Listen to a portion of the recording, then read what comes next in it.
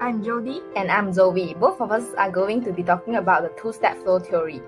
So, a little general background info about the two-step flow theory before we begin.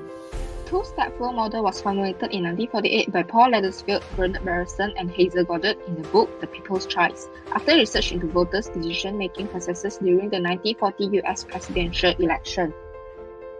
This theory says that most people form their opinions under the influence of opinion leaders, who in turn are influenced by the mass media.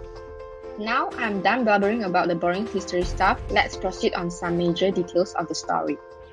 Nowadays, the two-step flow theory has gained popularity over time. This is a theory that believed the mass media had a ton of impact over people that would just say something and people would take it in like a drug and then react right away.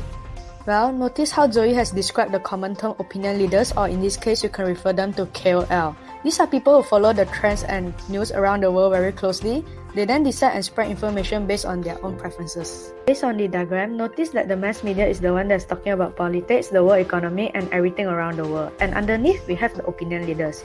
Now, opinion leaders are the one that's portraying all the information, and then they are the one that decide what information to pass on to their followers. These opinion leaders have a lot of influence, and this is how the flow of information works in the two-step flow theory. In this case, more and more people are getting their news from people they trust, and less people are trusting the mass media.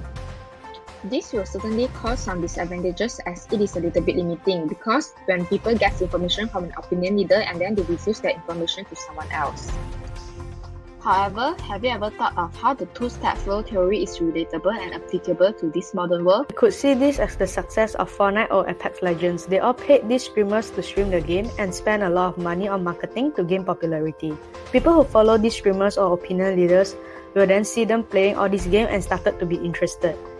In this case, information was diffused through these opinion leaders. Moreover, audience could also take information they want, such as politics, sports, or celebrity from hosts that talk about the world today, such as The Late Show or The Last Week Tonight. Most of the advertising research is based on this theory, especially opinion leaders' role in the society, who helps to improve the market with less effort. Opinion leaders play as a middle step between mass media and the intended audience. Lastly, audience should know that the message we receive might be intended for various purposes.